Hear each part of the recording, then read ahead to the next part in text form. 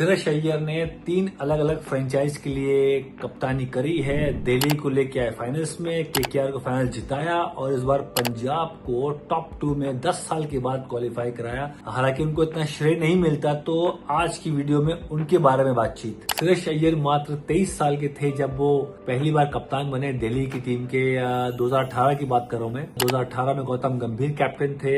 Mid season वो हटे, अय्यर ने टेक ओवर किया और कुछ मैचेस बाद में कप्तानी करी। ये उनकी शुरुआत थी। पर 2019 में जब मैं पहले साल वहां जुड़ा उनके साथ, तो मेरा पहला साल एज ए कोच उनके साथ काम करने के लिए, और 2019 में पहली बार वो फुल फ्लेज पहले मैच से कप्तानी करी और हम आते हैं क्वालिफाई खेलते हैं और हम क्वालिफायर में पहुंचते हैं पहले साल। उसके बाद 2020 की बात करें, 2020 में हम आते हैं फाइनल्स में, जहां पे मुंबई इंडियंस से हम दुबई फाइनल्स आ जाते हैं। ये बहुत टाइम के बाद दिल्ली क्वालिफाई कर रही है, तो दिल्ली फाइनल्स में आ रही है। उनकी कप्तानी में ये काम हुआ था। उसके बाद 2021 में आते आते क्या होता है कि अय्यर वहां इंजर्ड होते हैं, ऋषभ पंत कप्तान बनते हैं। ऋषभ पंत भी पहले 7-8 मैच अच्छा कप्तानी करते हैं और दिल्ली बिल्कुल टॉप पे होती है। आता है फिर कोविड, 3 महीने का विराम। उसके बाद टूर्नामेंट शिफ्ट होता है दुबई दोबारा से। पहले इंडिया में था, फिर दुबई जाते हैं और दुबई जाते आते 3 महीने का जो विश्राम था, आराम था, उस गैप में अय्यर होते हैं फिट और ऋषभ पंत पहुंचते हैं दुबई। हम सब दुबई पहुंचते हैं, तो हम बड़े असमंजस में होते हैं कि यार अब कप्तानी कौन करेगा, क्योंकि अय्यर ने 2020 में कप्तानी करी और टीम को फाइनल्स में लेके आए थे। क्योंकि वो इंजर्ड थे 21 में, तो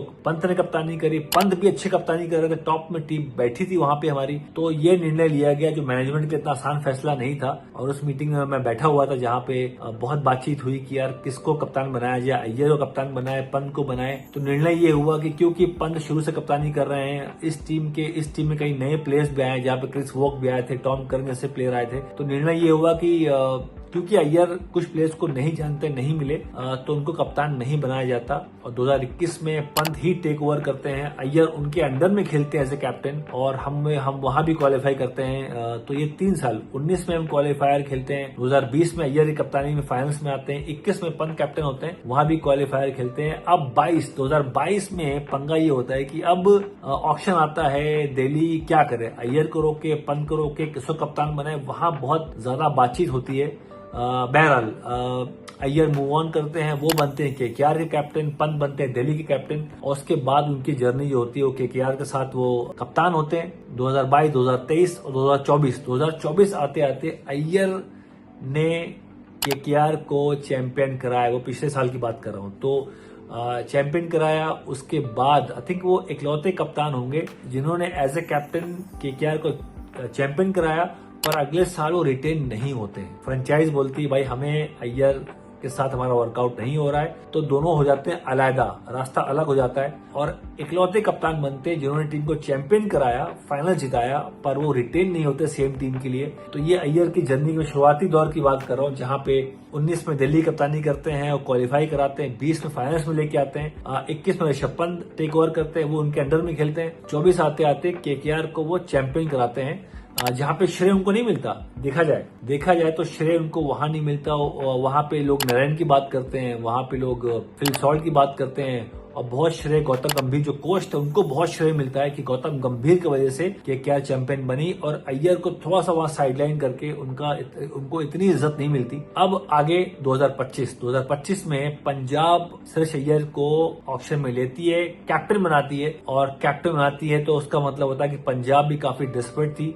पहुंचते हैं पंजाब सुरेश अय्यर और पंजाब के लिए बहुत शानदार काम किया, जहां पे अब वो टॉप 2 में है। मतलब पंजाब की टीम टॉप 2 में 10 साल के बाद टॉप 2 में आती है, जहां पे अय्यर कप्तान बनते हैं। बहुत डेस्परेट थे पंजाब के जो ओनर्स थे कि भाई पंजाब का बुरा हाल क्यों है।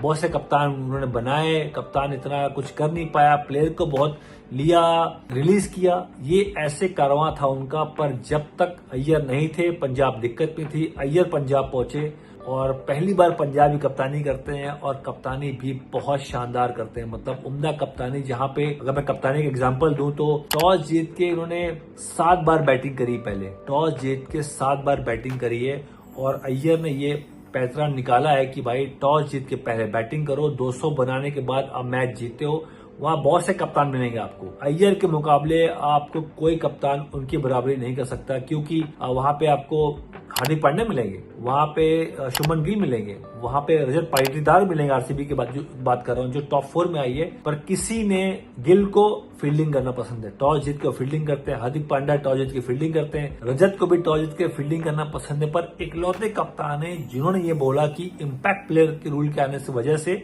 आपकी बैटिंग में गहराई है, टॉस जीत के आप बैटिंग करो। और ये सोचने के बाद जो हम रणनीति की बात करते हैं कि किस टीम के खिलाफ पहले बैटिंग करनी चाहिए, कौन से पिच पे आप खेलो, क्या दिन का मैच है, रात का मैच है, ये सब जो रणनीति है उसको मद्देनजर रखते हुए अय्यर ने 7 बार टॉस जीत के बैटिंग करी है और ऑलमोस्ट सारे मैचेस में लगभग 200 का स्कोर बनाया है। 7 में 5 बार मैच जीते हैं वो लोग, 7 में 5 बार मैच जीते हैं पहले बैटिंग करके, और 4 बार चेस भी करी है। तो ऐसी टीम थी जहां बैटिंग पहले करके मैच जीती है, चेस करके मैच जीती है। तो ऐसी टीम बनाई, मतलब आप कोई कमजोरी है नहीं, चाहे वो पहले बैटिंग करे चाहे चेस करे। अय्यर ने ऐसा काम किया, ऐसी टीम बनाई। He has led by example in the sense कि उनका बल्ला शांत नहीं रहा। एज ए बल्लेबाज हर मैच में ऑलमोस्ट स्कोर किया अय्यर ने, हर मैच विनिंग पारी आई है। एक मैच आपको याद होगा, पहला मैच था अगेंस्ट गुजरात, जहां पे आई थिंक 93 के आसपास थे और लास्ट ओवर शशांक को स्ट्राइक दे दी, 2 रन भाग गए। उनके पास मौका था कि वो 100 बना पाते, पर उन्होंने बोला कोई बात नहीं, मुझे लास्ट के ओवर में 6 बॉल खेलने को नहीं मिली, वो 20वां ओवर था और स्ट्राइक आती तो 200 मारते, पर 2 भाग गए। स्ट्राइक शशांक को दिया, शशांक ने ऑफकोर्स बैटिंग अच्छी करी, पर उनका मानना था कि पंजाब की टीम कीर्तिमान के पीछे नहीं भागेगी, पंजाब की टीम कीर्तिमान के पीछे नहीं भागेगी। हम ध्यान देंगे जीतने पे, हमें जीतना है, हमें टॉप 2 में आना है, हमें फाइनल्स की ट्रॉफी जीतनी है। ऐसी बातचीत निकाली कि कोई बात नहीं, शतक मेरा नहीं बना, मुझे उसका मलाल नहीं है, मुझे इस टीम को चैंपियन टीम बनानी है। और ये उनका पहला मैच था अगेंस्ट गुजरात को हराते हैं वो लोग। उसके बाद जो पारियां आई, बल्ला उनका चला ऑलमोस्ट हर मैच में। और मैं आपको 2 मैच की और याद दिलाता हूँ। 2 मैच ऐसा था, देखिए अभी वो 17-2-19 पॉइंट पे हैं, पर मेरा मानना है कम से कम 24 पॉइंट होने चाहिए थे पंजाब के, क्योंकि 2 मैच ऐसा था जहां पे धर्मशाला का मैच 122 पे 1 थे 10 ओवर के आसपास, वो मैच अगेंस्ट दिल्ली पंजाब पक्का जीतता, क्योंकि वो 250 के आसपास पहुंच जाते, वो मैच जीते, 2 अंक उनको वहां मिल जाते, वो मैच हुआ नहीं। और उसके बाद एक मैच था अगेंस्ट केकेआर, 200 बना दिया था, वहां बारिश आ गई, तो वहां भी बहुत आगे थी पंजाब, वही मैच जीतती, क्योंकि 200 आराम से चेज होता नहीं। तो 2 मैच की बात कर रहा हूँ। एक मैच था अगेंस्ट हैदराबाद, जहां ऑलमोस्ट 250 बना के वो मैच हार जाते हैं, जहां अभिषेक शर्मा का शतक आता है। तो 3 मैच कैसी बात कर रहा हूँ, जहां पे 3 में से कम 2 मैच तो जीतते, 4 अंक उनको वहां मिलते। तो आप देखो अभी 19 पे हैं, और अगर 4-5 अंक और जोड़ दो तो करीब 24 अंक तक पंजाब आराम से पहुंच जाती। उनके मैच 2 हुए नहीं बीच में, तो ऐसे खेले हैं, इतना अच्छा खेले इस बार। और श्रेयस अय्यर जब नए कप्तान थे दिल्ली के लिए, तो कई बार उन्होंने कोचेस, मैं वहां कोच था, बहुत सारे फैसले ना वो घूमते थे। पहले जब नए कप्तान थे 23-24 साल के जब थे, तो कई बार वो घूम के पीछे कोचेस को देखते थे कि अब क्या करना है बताओ। तो वो उनकी शुरुआती दौर की जर्नी थी, जहां पे उन्होंने बहुत ज्यादा मदद मांगी हम लोग से, बाहर जो हम डगआउट बैठे थे कि ये किसको ओवर कराएं, क्या चेंजेस करें, वो पहले मुड़ के देखते थे। पर मैं अब उनको देखता हूं एज ए लीडर कि जो बदलाव आया है कि सारे कॉल अब वो खुद ले रहे हैं। केकेआर को लास्ट ईयर जिताया, सारे कॉल इस बार खुद ले रहे हैं, टैक्टिकली बहुत शानदार दिखे, टीम बिल्ड करी, और जो टॉस की मैंने बात करी कि इस बार फैसले खुद ले रहे हैं। आप रिकी पॉन्टिंग वहां पे हैं, और रिकी पॉन्टिंग पहले भी थे उनके साथ दिल्ली के साथ, पर रिकी पॉन्टिंग खुद अगर उनसे आप पूछोगे तो वो अय्यर के बारे में ये बताएंगे कि इस बार श्रेयस अय्यर ने सारी कॉल, जो ऑन फील्ड कॉल होती है, चाहे मीटिंग कितनी है बाहर कर लो, पर अंदर जो इन द मोमेंट जो दबाव वाला लम्हा होता है, वहां पे कप्तान को कॉल लेनी होती है। अय्यर ने सारी कॉल इस बार पीछे मुड़ के नहीं देखा, इस बार सामने देखा है, सारी कॉल खुद ली है और बहुत बेहतर कप्तान बन गए। जर्नी स्टार्ट हुई थी 2018 में, जब वो 23 साल के थे, अब वो 30 साल के हैं। तो जो 5-6 साल 7 साल का सफर रहा है ना बतौर कप्तान, वो परिपक्व कप्तान बन गए। उनको एग्जैक्टली पता है कि टैक्टिकली कैसे आगे बढ़ना होता है, और इसीलिए उनकी तारीफ हो रही है। और बल्ला उनका नहीं रुका, क्योंकि बहुत कप्तान क्या होते हैं, कप्तान तो बन जाते हैं, और बहुत महंगे बाय थे, बहुत जो प्राइस टैग था काफी हाई था। और उस दबाव में जो पंजाब की टीम 10 साल से क्वालिफाई नहीं करी है, उस टीम के साथ कप्तानी करना तो बहुत ज्यादा प्रेशर था एज ए बैटर कि उनको स्कोर भी करना है, कप्तानी अच्छी करनी है, प्राइस टैग बहुत दबाव होता है। तो उस दबाव के साथ देखिए उनका बल्ला भी चला, उन्होंने मैचेस जिताए, बल्लेबाजी की बात करें, कप्तानी अच्छी करी है, प्राइस टैग को जस्टिफाई किया है, जो बहुत मुश्किल काम होता है आईपीएल में, तो वो काम करके दिखाया अय्यर ने। और एक मिसाल के तौर पर मैं तो बोलूंगा, जो यंग प्लेयर्स जो अपना रोल मॉडल चुनते हैं, अय्यर को आप एज अ रोल मॉडल चुन सकते हैं कि भाई देखिए ना, टेस्ट मैच में नाम आया, टेस्ट मैच में दरकिनार किया गया, उनका नाम नहीं आया। ऑलमोस्ट 49 का औसत है, फर्स्ट क्लास में 49 का औसत है, लगभग 6,500 रन है उनके, पर उनका नाम टेस्ट मैच में नहीं आया। तो अय्यर क्या करते हैं? अय्यर करते हैं क्या, भाई कोई बात नहीं, मैं मुंह अपना बंद रखूंगा, मैं कोई कमेंट मीडिया में नहीं बोलूंगा कि मैं दुखी हूं, मेरा नाम नहीं आया, मैं हताश हूं। नहीं, उन्होंने बोला कोई बात नहीं, मैंने केकेआर की कप्तानी करी, वहां भी उनको झटका लगा, केकेआर को मैच जिताया और वहां वो रिटेन हुए नहीं, वहां भी अब खुश जहन में, दिल में झटका लगता है कि भाई कोई ऐसा होता है पीछे से आके खंजर भोंकना, वो काम उनके साथ हुआ, रिटेन नहीं हुए।